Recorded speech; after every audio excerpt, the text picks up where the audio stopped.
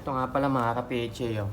Meron nga pala akong alaga dito. Ito, matagal na to eh. Ayan oh.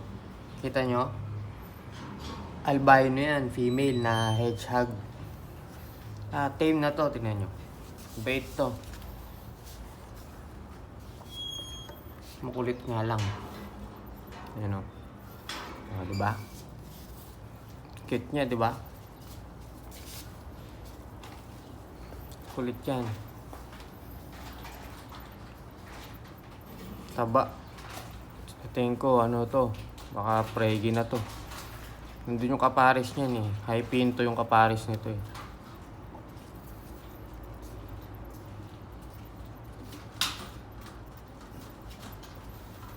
Matapang to pagka nilalapitan ng pusa at saka ng aso namin. Tingnan nyo. Hanap tayo ng saan ba siya nasa loob yung pusa. Taba to.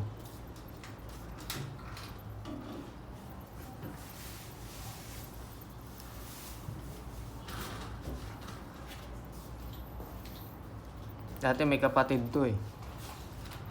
Ay, hindi pala niya kapatid.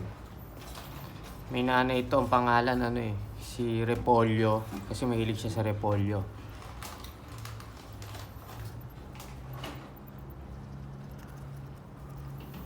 Ayan o. Diba yung akala nung iba, pag hedgehog, matatalim yung mga ganito, matutulis. Hindi naman talaga totally yan.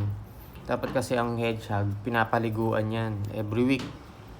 Ang gamit dyan, toothbrush. Tapos baby shampoo. Ayan.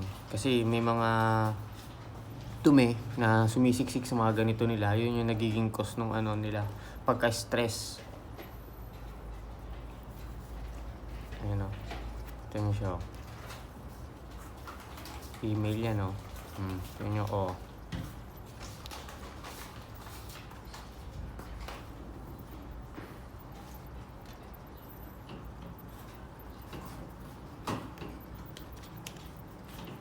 Kulit yan.